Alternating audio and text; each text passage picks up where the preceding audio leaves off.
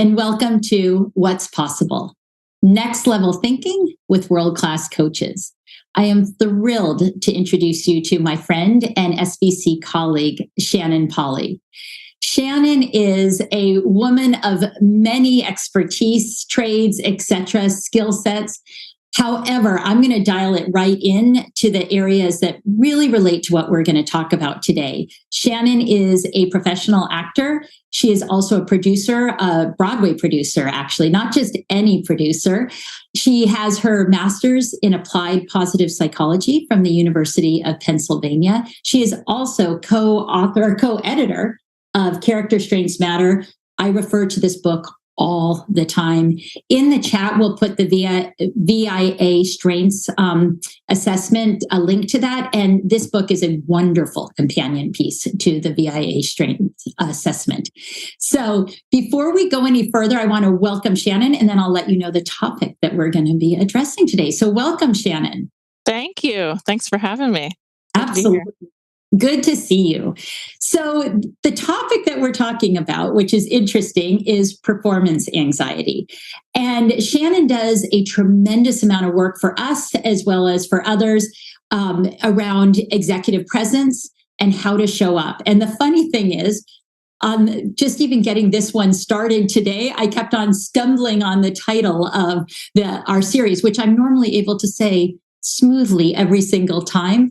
But there are some times where you want to do it right and you kind of stumble. So Shannon, I'm going to turn it over to you before we dive too deeply into the conversation around performance anxiety. Can you give your definition of what that means? Sure. Sometimes I use the phrase performance anxiety, and sometimes I use just the phrase nerves, because the word anxiety is a clinical term, and there are, clinical levels of anxiety that some people experience, and that's not the kind of anxiety that I'm talking about. So that would require someone who is a PhD and maybe some medication, some talk therapy to work through that. So what I'm talking about are the moments where you're getting ready to do a big meeting and your boss is going to be in the room and you feel butterflies or your throat goes dry, or maybe all the words fly out of your head. For every person, it's a different physical or somatic reaction. But basically those nerves that you feel before you're going to do something, speaking to other people. Yeah, I love even just shifting it to nerves versus anxiety almost releases some of the pressure of it, because in my mind, it feels more manageable. Oh, that's interesting. Yeah, I love that you said that, because actually there is some research that when you tell speakers that no one can tell they're nervous, they become less nervous. And it's not just a placebo effect. The truth is that people can't tell as much. I can't tell what's going on if you have butterflies or not right now. The only thing I can tell is I'll say to people, don't carry a piece of paper. Right? Because if you're nervous, this will give you away. A few other things might give you away. I had one person I worked with who just sweat, like serious flop sweat on the ground when he was getting ready to speak or perform. That is a giveaway.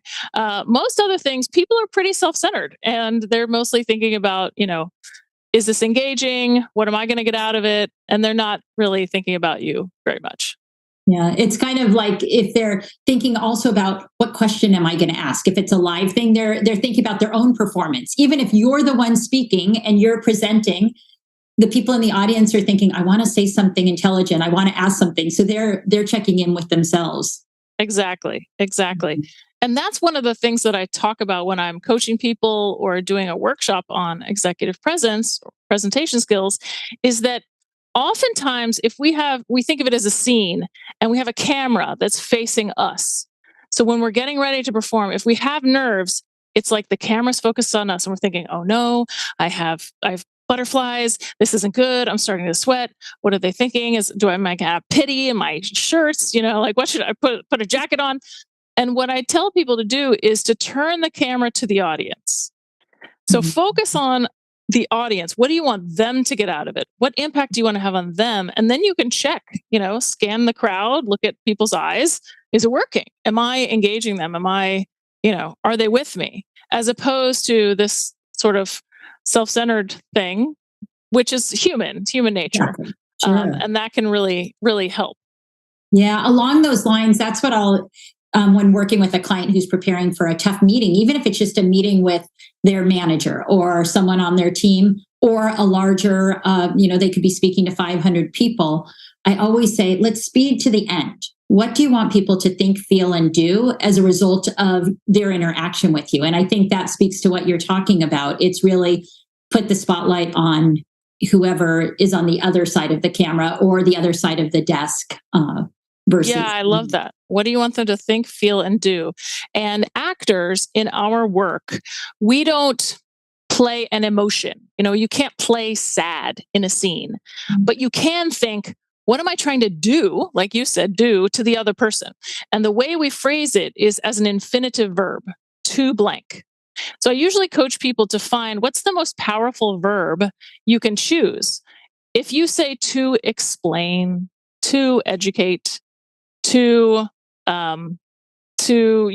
persuade, I'll usually say to someone, now, does that compel you if someone wants to explain something to you, or if they want to, persuade you? And they're usually like, no, I usually don't want to be persuaded.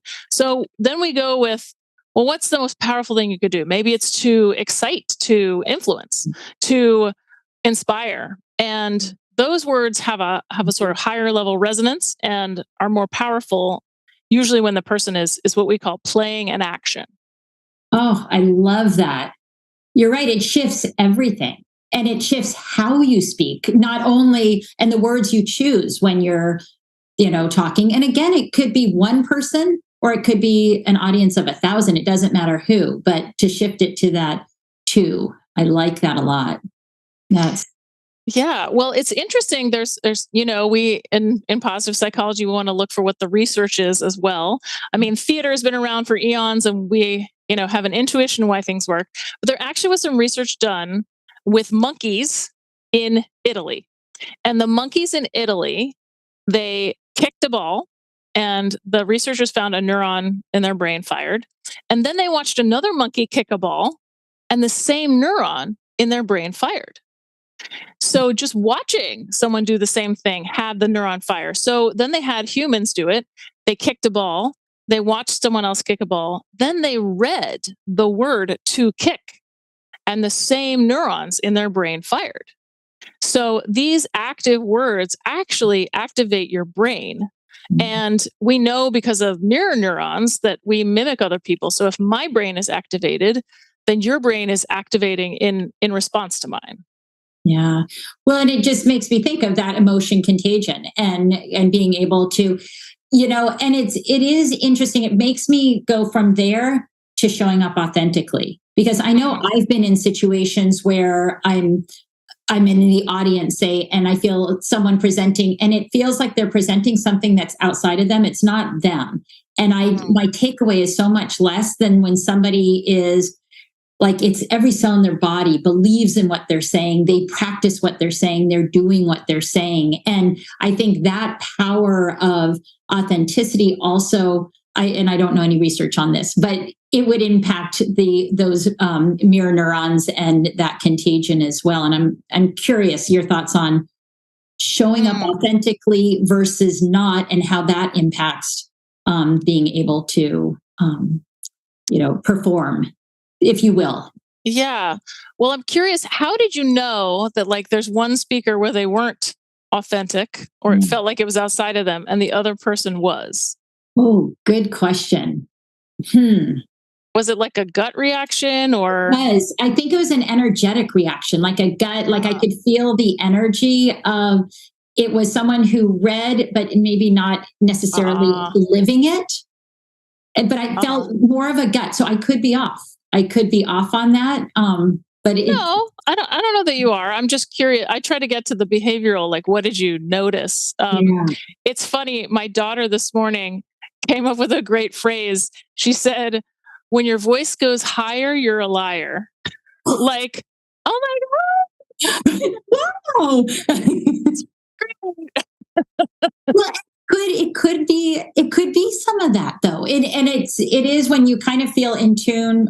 This sounds so California woo-woo, but because I am in California, I'll say it, is that just picking up that vibe and energy and that vibe of the voice, the sound of the voice, or how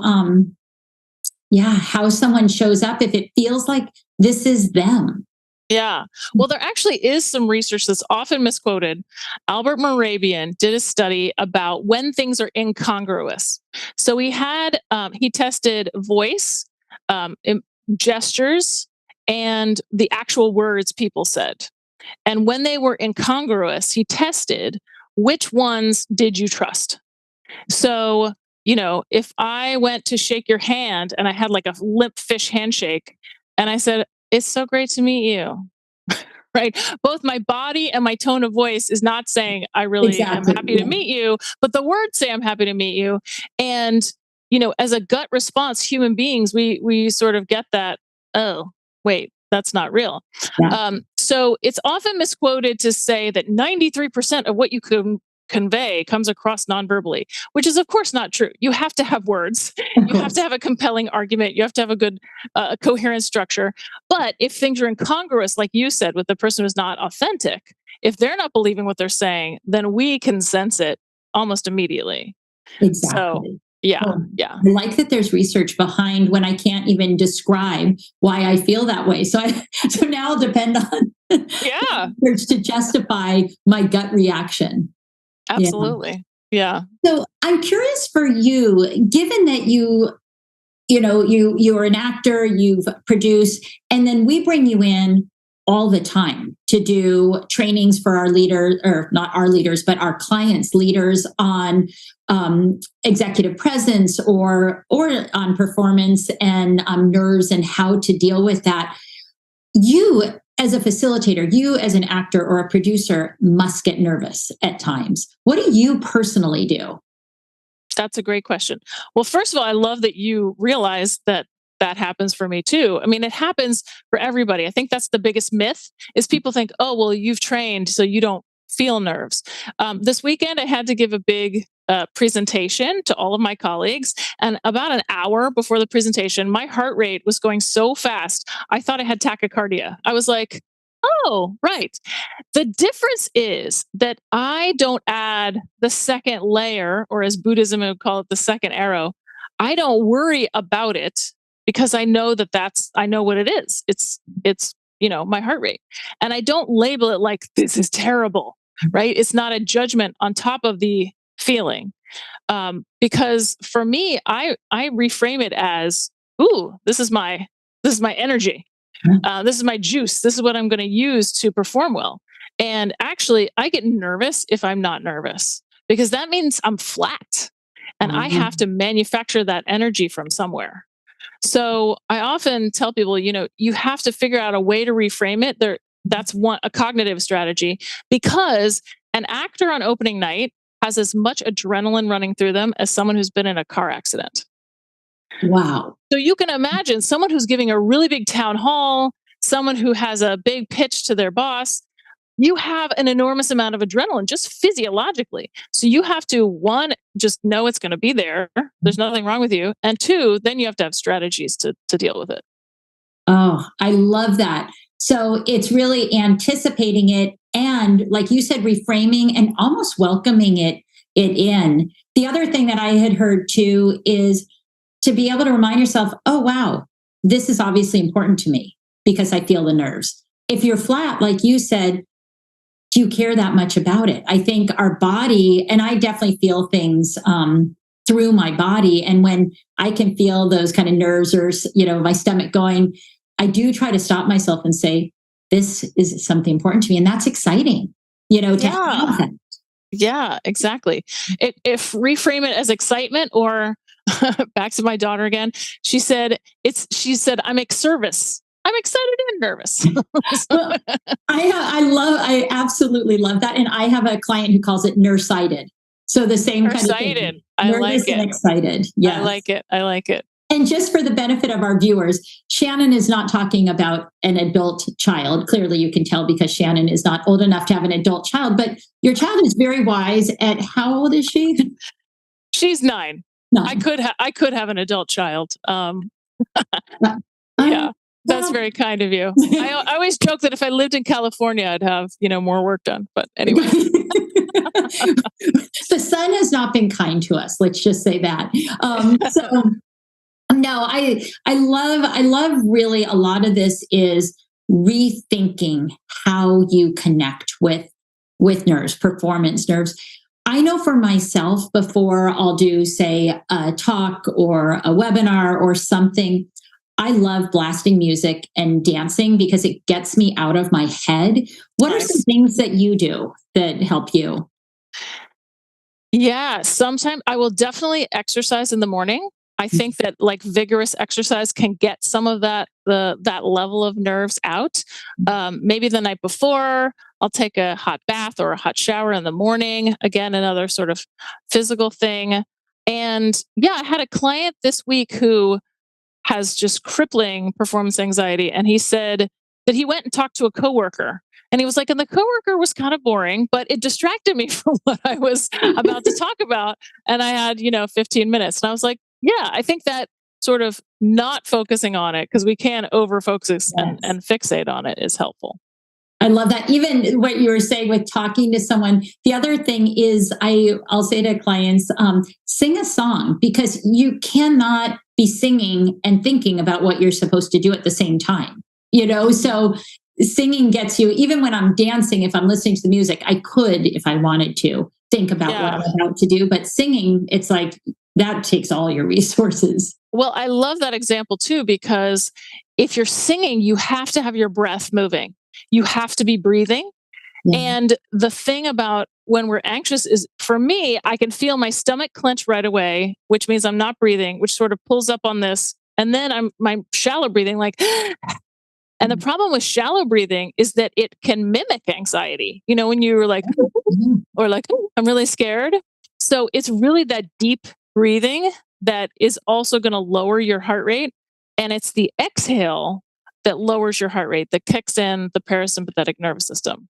So I had a client who was like, is all this breathing stuff just like hocus pocus? It's like, no, actually, there's a lot of research on breathing. It's the only reflexive activity in our body that we have control over. So, you can do box breathing where you're breathing in on 4, hold for 4, out on 4, hold for 4. But I like the one where you either spend as long as you can exhaling, getting it all out, or at least exhale twice as long as you inhale, because your mind is focused on the counting and not on your presentation. Yeah, I love the 478 for that purpose. Yeah. Yeah, Andrew Wiles 478 because the exhale is so long on it. So Yeah. Yeah. So yeah, that's breathing in for 4, hold for 7, out on 8. Yeah, it's a great one. yeah, and we can put that in the chat for our viewers. It made me think back to your daughter when you were saying that if we're breathing from here, it goes back to the higher the liar, or so it's if we Right. can get it lower, it's like it gets back to that pure, authentic self. Yeah, it grounds you physically, it grounds you. And I feel like dancing can ground you physically. So something, when our brain sort of goes away in that other like worry place. Another thing people do is, what are 5 things you can see, 4 things you can touch, 3 things you can smell, 2 things you can taste, or something to get you into your senses to ground you. Yeah, it's interesting. We've been doing a bunch of these webinars, and I almost feel like all of them get distilled back to mindfulness, Mm. presence, breathing. If we can master that, we'll be able to tackle a lot in our lives. Yeah, I think it's really a combination of both the somatic and the cognitive. So, I was working with one woman, and I was sort of asking her about the nerves, the anxiety, and she said, "Well, I'm 47 years old. I should be a good speaker by now." And I was like, "I don't think that there's like a contract that like once you turn a certain age, you have a certain skill set." Check that box. Yeah. And so once she worked it out and realized that, oh, these are tools and I can use these tools, then something clicked for her and she was fine. So I feel like it's both the somatic, but it's also our beliefs around it. So a lot of times I'll use what our viewers may be familiar with from cognitive behavioral therapy, but the ABCDE. What's the activating event? What's your belief? What's your thought about the event in the moment? So, if your thought is, if the speech doesn't go well, my boss isn't going to be happy and then I'm going to get fired. Well, then it makes sense why you're nervous. Yeah. But if you can shift that thought to, this is just one moment in time, I've done these things before, sort of figuring out your pattern of thoughts, I think the cognitive element can be really helpful as well. Definitely. And I think it also requires embracing a growth mindset, that this is something, even you who is so experienced in it, who is brought in as an expert to train people, we all can keep growing and getting better. And I think one thing that can easily happen is if we gave a presentation, last month and kind of felt like, oh, that bombed, that hit flat. Now we're going to give another one. That's the last thing in our mind. And so we've already told ourselves, oh, I'm not good at giving presentations. Oh, I bore people. Oh, people were disengaged. And so before we move on to our next section, I want to actually follow up on that. What is your advice? If someone does feel like I'm just not a good speaker, or I bombed recently, and that's what's in their head, how can people manage that thought? Well, first I would ask a coaching question. As you should. I would ask a powerful coaching question so they would come up with their own insight. And then I would distinguish between, is this a catastrophic thought? Does it go to, I'm not a good speaker, I'm going to get fired, then I'm going to be homeless on the street, like that kind of thought? Or is the thought I'm not a good speaker, period, the end, sort of more of a fixed mindset? So for the fixed mindset thought, I probably would do the ABCDE tool. James Pennebaker from UT Austin talks about how writing helps us process. And I think externally, seeing your thoughts on paper or telling your thoughts to someone else, a lot of times I'll do this and clients will say, well, this is silly, but this was my thought. They're like editing, they're seeing it as they're saying it, like, well, of course I'm not going to get fired from doing one presentation like this. Right. So I definitely like journaling. I think writing things down and also looking for evidence. When is the evidence you've been successful in the past? Yeah. Oh, I like that. So writing it down, having evidence of success.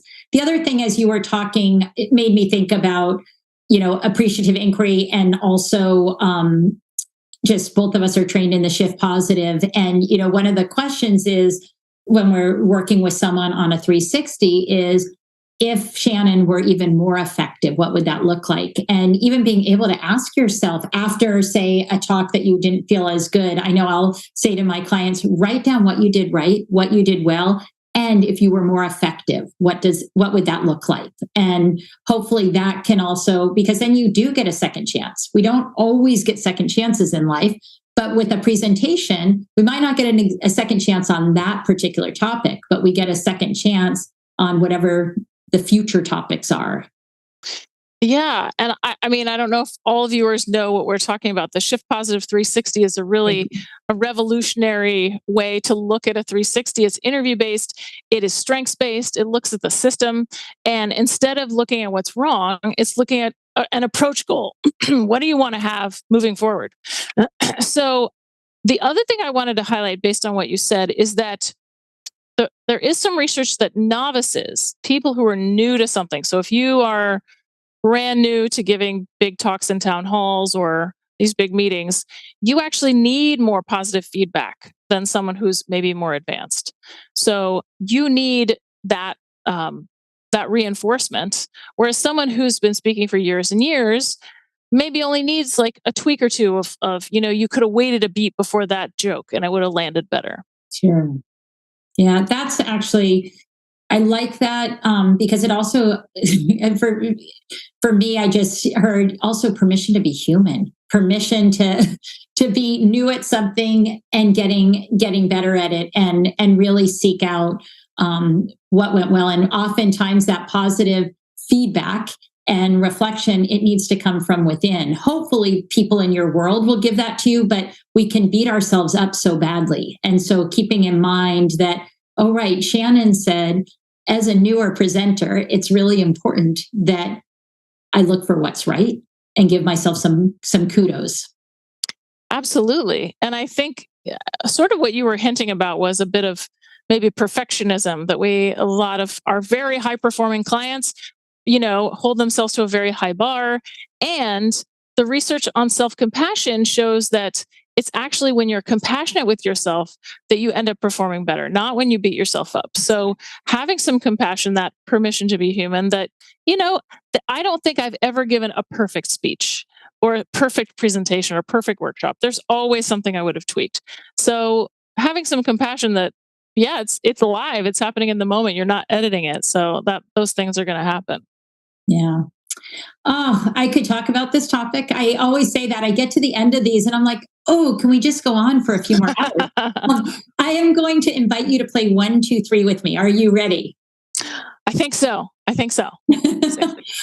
What is one mindset shift around performance and managing your nerves that you'd like our viewers to take away? Nerves are normal. Welcome and invite your nerves to tea. They can sit in the corner, they can have a little cracker, and they're going to be there. As long as you welcome them, they're less likely to bother you. Nerves are normal. Oh, I like that. All right. 2 ideas or facts. You have what I really love always about talking with you, the research backwards and forwards. So it's not just Shannon Polly thinking, hey, this might be a good thing to try out. Yes, you might suggest something to try out, but you always have really deep research to follow up everything you're saying. So any idea, or not any, I want 2 ideas or facts that you might share. Well, I would highlight the correct quoting of the Morabian study, which is that when things are incongruous, when they don't make sense, our gut goes to what the nonverbals are, that tone of voice. And the second one is that when you're a novice, the research shows you really do need more positive feedback. So if you're not getting it, I would suggest you ask for it. So ask your boss or a colleague, what went well? What did you like about the presentation? And only then can you go to what could I do differently next time? Yeah. I love that suggestion. I think we need to take more ownership of asking for feedback and asking for positive feedback. I think sometimes people will kind of step back, or we will step back and think, oh, nobody really liked it, or wait to hear, did I get an email? Did people enjoy this, that, or the other thing? And there is nothing wrong. And in fact, it's really good to reach out to people who were wherever you gave your presentation, the audience, if you know some people, to seek it out and directly ask what was good, what would make it even better. Right. Because when it's immediate, they're going to remember, they're going to have something for you. If you wait a week, they're going to be like, oh, right. They've had 5,000 meetings in the intervening time. Yeah. Exactly. So I always like as coaches, we want things to be actionable. Obviously, we want people to be able to think, digest, and kind of marinate in what we talk about. At the same time, we want things to be actionable. So what would be 3 simple, and I keep saying simple-ish, actions because nothing's ever that simple. What are 3 simple-ish actions that our viewers can take today? I want to combine somatic and cognitive practices for managing nerves. So a somatic practice, I would have a number 1 be your choose your own adventure. What's the thing that's going to ground you, whether it's music or exercise or petting your dog? That's been proven to lower your heart rate. Pick one of those for you to center yourself before a presentation, if you can. The second thing is the intention. What's your verb? What do you want to do to the other person, to the people listening to you? What do you want them to do or to feel? And then the third thing is a cognitive one, as well as intention, I think, is a little bit of both. And that is the ABCDE. So it can also be a presentation that went really well. What were your thoughts going into that presentation? I do this for things that maybe didn't go well, but I also had one where I was going down a really negative path and I shifted the thought and I wrote it down. And my thought was, sounds a little egotistical, but it worked for me. What if this was the best presentation I ever gave? And suddenly that shifted my whole outlook, opened me up. I wasn't like as contracted and pulled down and nervous. And I don't know that it was the best one I ever gave, but it went really well. Oh, I love that. And the ABC, we'll put in the chat just some videos or some reference to that. I use the ABC plus D and E regularly with clients. And it is one of the things that resonates all the time. I literally will have a client, a month after we've met, come back and say, well, I did the ABC. And I'm like, yes, it's just so, it's fantastic. And actually I did with Senya, I did a video specifically on that being my favorite tool to use. So we'll put that in the link as well.